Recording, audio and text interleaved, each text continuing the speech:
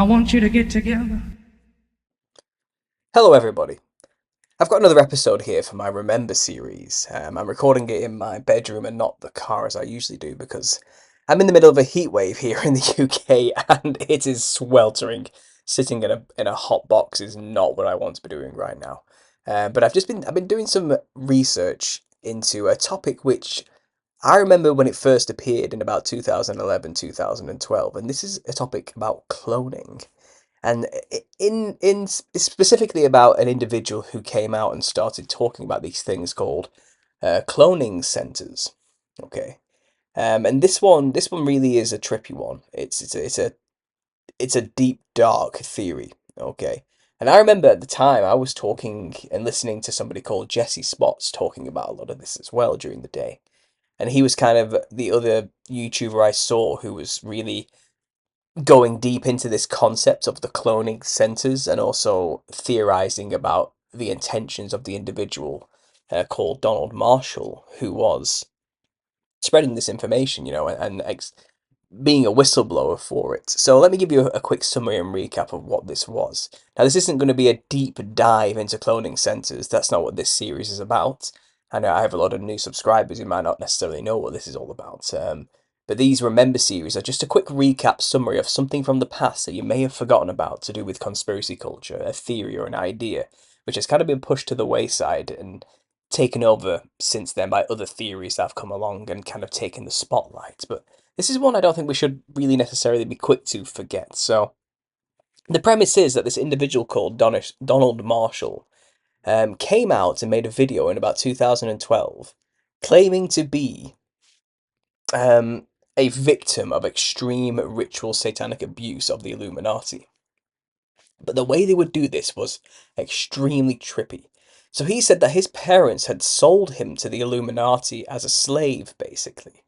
And what they would do is take him to these deep underground military bases. Okay, but they wouldn't do it with his body. They had this other way, this other method through cloning to do this. And what he claimed they had the ability to do was basically transfer a person's consciousness while they sleep. And once they hit REM sleep, they had the ability to pull the soul or consciousness out of an individual and transport them into a clone body in these underground meeting places. And then once that person's in the clone body, the soul, the spirit, and the body animates in this underground bunker, they would do whatever they want to this person, this body, this individual, and torture them and kill them and murder them and do whatever they want to them. And it wouldn't matter because then the person would just wake up back in their bed in the morning. Okay. And it seems like they would have no recollection or memory of it happening to them. But some of them did have recollections and knew it was happening to them. Apparently, he claims he had a choice as to whether or not they want their memories to be repressed or not about the situation. And Donald was claiming that he wasn't one of these people, or maybe that he was. It's all very convoluted and mixed up. His story isn't clear necessarily. But it's an interesting concept because the details he goes into to explain what these elites do with this technology is just insane, and I'm not here today to say whether it's 100% fact or not, but it's definitely interesting food for thought, especially around this concept that, the elites have technology way in advance to what they publicly tell us is available right now in the modern age. We're at least 50 years behind what's actually available. It's probably thousands of years in reality. So this technology that they say they can transfer someone's consciousness into a clone body, they use it to their own advantage as well. And it's basically this idea that the elites who are invited to do this includes celebrities, politicians, high influential public figures, as well as, the hidden figures as well, the ones who pull the strings, the puppet masters. They all basically meet in these underground meeting places. They no longer need to go to places like Bohemian Grove once a year to converse with each other and forward their agendas. They all just meet up at night in these places, and they transfer their own consciousness into clone bodies in these places and then talk to each other. And it really adds this new layer, if it's true, to this concept that, our enemy really never sleeps. They are always working towards forwarding the New World Order agenda. Even when they're supposed to be asleep at night time. They're not. They're somewhere else, still working on the agenda. And that's just a terrifying concept in its own right, that they have literally a double lifespan to us. We can only get so much done in a day, in between having to work for 10 hours of those days just to support ourselves and survive. And what little free time we do have left, we need to unwind and relax and clean ourselves and wash, tidy the house and look after the children, do all the basic needs of life. Then when we finally find maybe 20 minutes to ourselves, what do we do with that time? Well, we watch TV or something, or play a video game maybe, and then it's off to bed again, where we have to sleep for another third of the entire day. They don't. Not only do they have enough money and freedom that they have all day to plan and scheme and do whatever they want, but even at night time when they sleep, when they should be taking a rest and give us a chance to fight back, they're still at it. And that's just think about that concept, now how terrifying that actually is. But what these people in these clone bodies would do in these underground bases, this is all according to the theory, what Donald Marshall claims, is that they would the first thing they do is satisfy all the basic urges, have sex constantly, do all the sex weird stuff first, and then they move on to doing all the weird murder stuff first, and torturing people, mutilating bodies, tearing people apart, cannibalism, whatever you want to do. They can do it to these other clone body slaves that they have. They can even experience death for themselves and they wouldn't actually die, so they can throw themselves off of cliffs, they can do whatever they want. They can make it so their bodies don't feel pain. They can edit the bodies to be super strength, super small, super tall. They can make the clones however they want them to be. It doesn't matter. They have vats and vats of them, just vessels full of these clone bodies that they can just get whenever they want. It's just insane wonderland for them, for the elites to basically experience any pleasure they want, any lust. Doesn't matter what it is, how sadistic, how twisted, how crazy it is, they can satisfy it through this clone body method. Okay, and they will have no consequences to their own bodies whatsoever in real life, because once they wake up, they're back in bed and they're off, to do their normal day job and be the public figure that people think they actually are. And that's just think about that concept, that it's it sounds fantastical, it sounds crazy, but there's something about it as a conspiracy thinker, for me personally, it's like, hang on, there's something about this which makes me feel like there's truth to this. Okay, it seems like what they would do given the ability to do it, doesn't it? That's what it seems like they would do. And we're always told, like cloning, in terms of cloning, Dolly the sheep was cloned in the 90s, I think it was, so they can clone animals. We know they've told us they can clone genetic stuff, okay? And in terms of genetic engineering and things like that, we're aware that, um, they can edit genes now. They have edited some twins in China, and they've created human animal hybrids now, and they say, we can grow human pig hybrid embryos. And that's what they say, that's all we've done so far. We haven't gone any further, is what they always say, but I reckon they probably have gone further.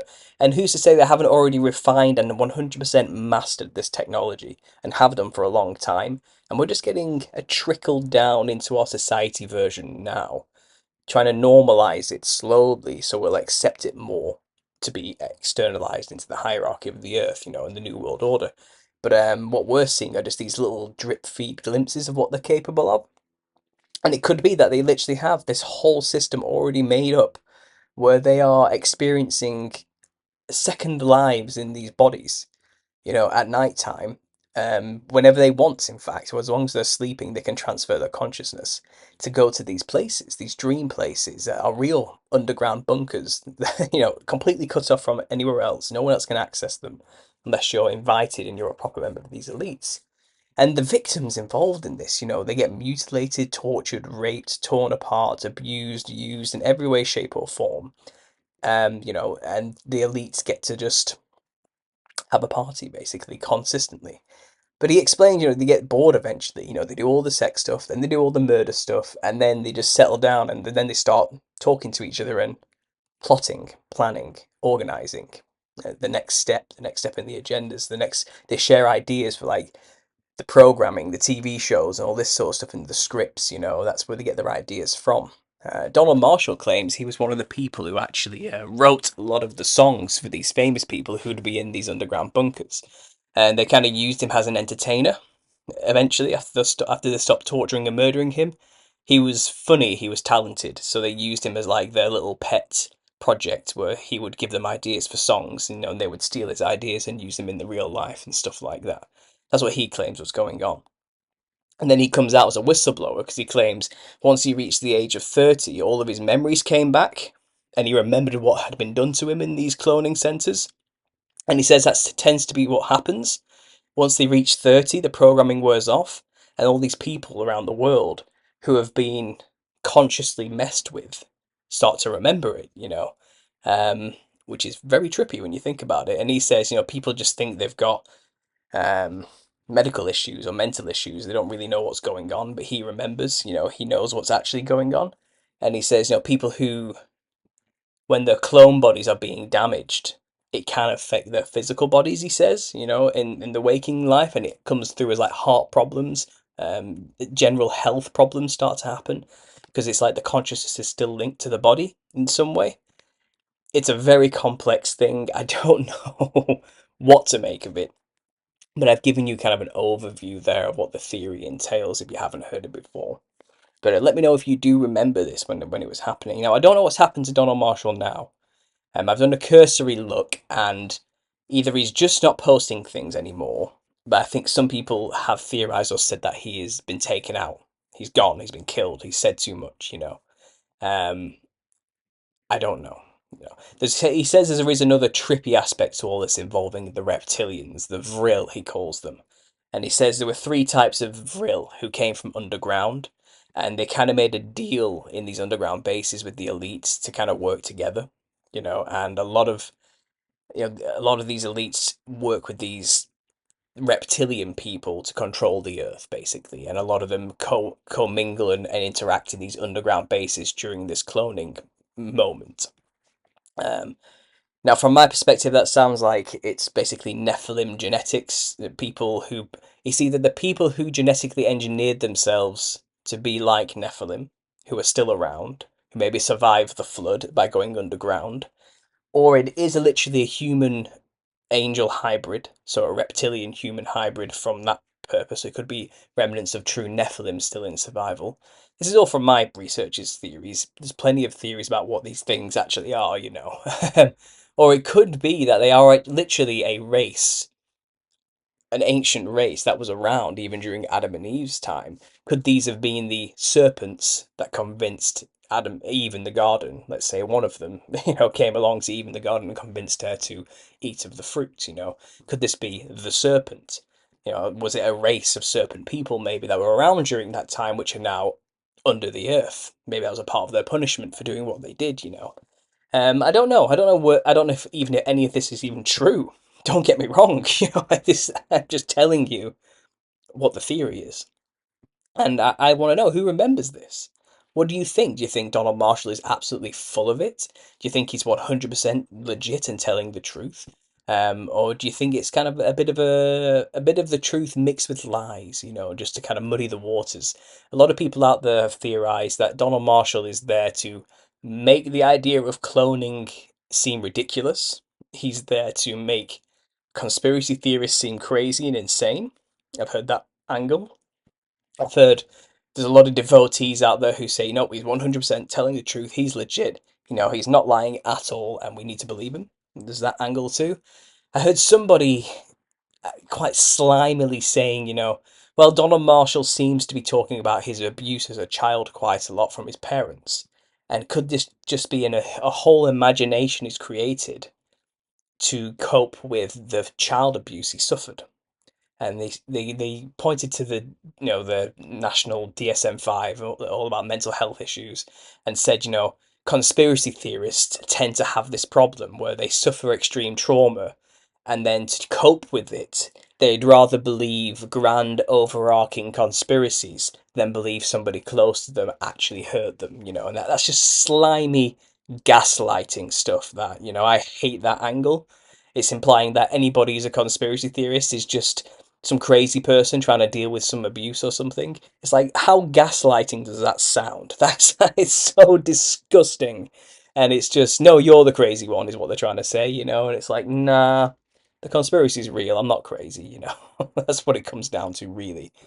But some people believe Donald Marshall is suffering from this child abuse issue where the brain doesn't develop correctly because of the child abuse, and they suffer with memory, and they end up creating a false narrative in their brain to cope with the abuse they suffered from the people they should have trusted the most, you know, like the parents.